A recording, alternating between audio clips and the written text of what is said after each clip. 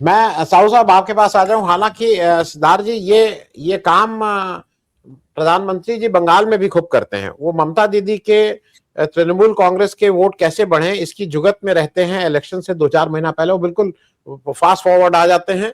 कभी बांग्लादेशी बोलेंगे उनको, कभी उनका कुछ बंकिम दा बोलेंगे, तो वो लगता है कि तमिलनाडु, अरे वेस्ट बंगाल में तृणमूल के वोट कैसे बढ़े इसके लिए काफी जोर जोर लगाते हैं हमारे मोदी जी भी।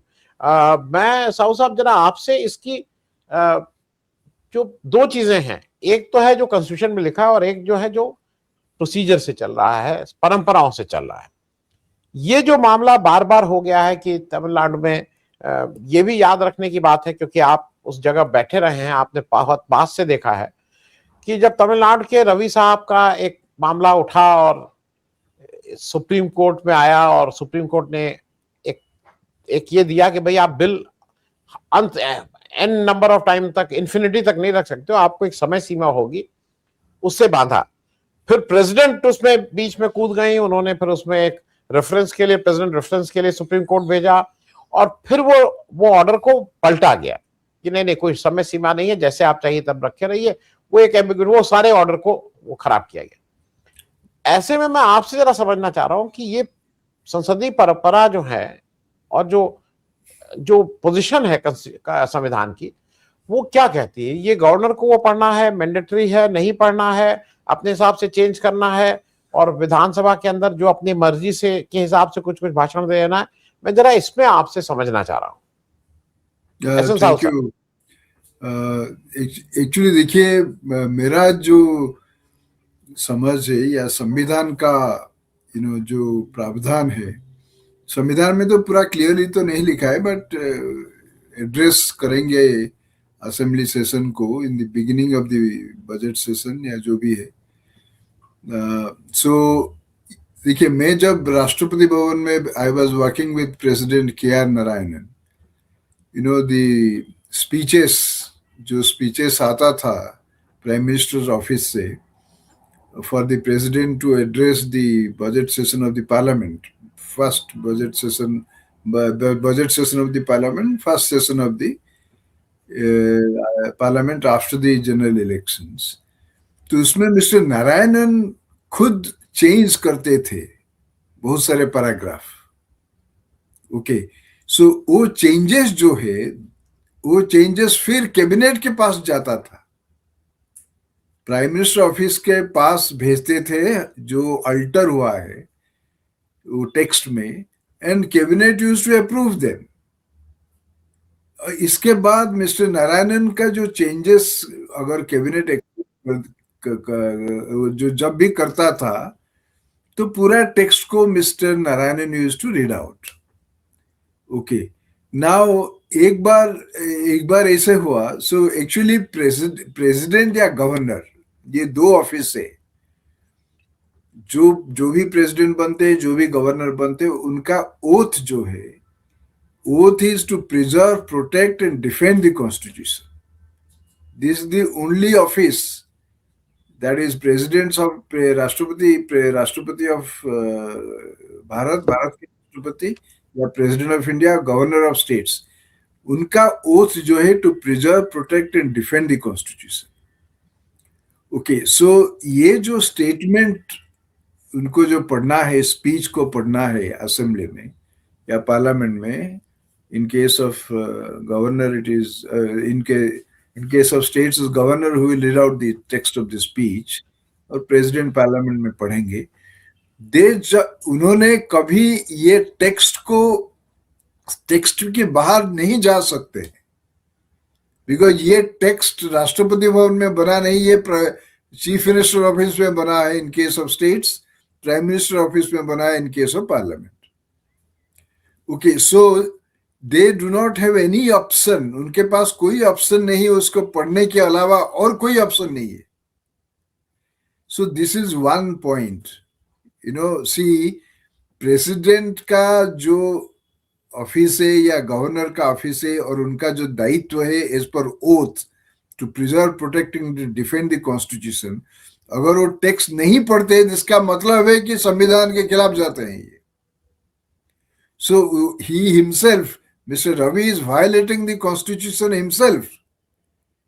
अच्छा, देन देखिए, ये जो ये पहली बार नहीं किया है मिस्टर केरला का गवर्नर या तमिलनाडु का गवर्नर जो भी है, सो पहले भी उन्होंने ऐसे किया है। मैंने एक आर्टिकल भी लिखा था। सो उनको वो पढ़ना चाहिए, पढ़ना पड़ेगा, देयर इज नो ऑप्शन। अगर पढ़ने के बाद उनका कोई डिसएग्रीमेंट है पॉइंट्स के, वो जो स्पीच में जो लिखा हुआ है, कोई पॉइंट्स के ऊपर डिफरेंस, उनका अपना ओपिनियन रखना चाहते हैं, इसके बाद वो रख सकते हैं आउटसाइड द असेंबली। अंदर असेंबली के अंदर ही has no right to do so. मैं एक एग्जांपल देता हूं प्रेसिडेंट के.आर. नारायणन का। Mister Atal Bihari Vajpayee as prime minister, उन्होंने सोचा था कि एक कमीशन अपॉइंट करेंगे to review the constitution of India, और प्रेसिडेंट नारायणन का पार्लियामेंट स्पीच में वो पॉइंट डाल दिए। वो पॉइंट था कि my government will appoint a commission to review the constitution of India. So mister Narayanan के पास कोई चारा नहीं था but to read that text. तो उन्होंने भी राष्ट्रपति जाके पार्लियामेंट में बोल दिया कि my government will review the constitution. लेकिन 2 दिन के बाद mister Narayanan in another function, जब भाषण देने के लिए गए, उन्होंने वो मौका इस्तेमाल किया। उन्होंने कहा कि जो कॉन्स्टिट्यूशन रिव्यू करने के लिए साहस कदम बढ़ा रहे, उन्होंने अंबेडकर, राजेंद्र प्रसाद का जो वक्तव्य था संविधान सभा में, उसको ध्यान में रखना पड़ेगा। वो अंग्रेजी में बोले थे, those who dare to review the constitution should remember what Ambedkar said, what Rajendra Prasad said regarding the constitution.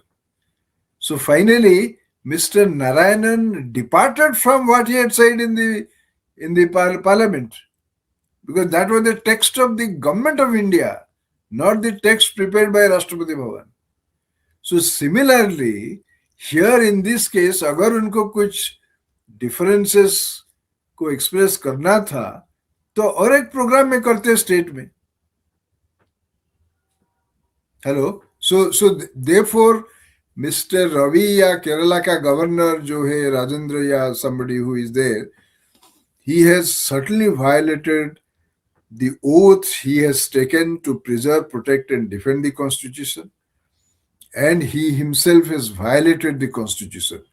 See, governor का पोस्ट जो है, he is not representing the center, he is the representative of the president of India, और उसका जो oath है उसके हिसाब से जाना पड़ेगा।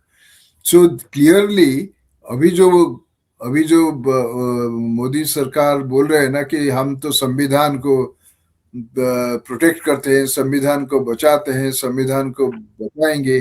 अभी 75th या कोई एनिवर्सरी संविधान का सेलिब्रेट हुआ, तो mister Modi himself has said that this is what we did to commemorate the golden jubilee of the Supreme Court when he was Chief Minister of Gujarat.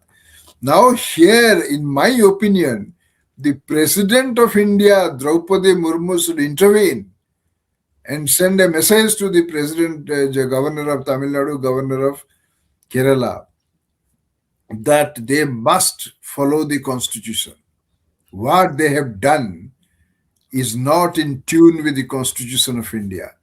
President can certainly issue a directive. Nobody prevents President Draupadi Murmu to do so. So this is what the example set by K.R. Narayanan, President of India.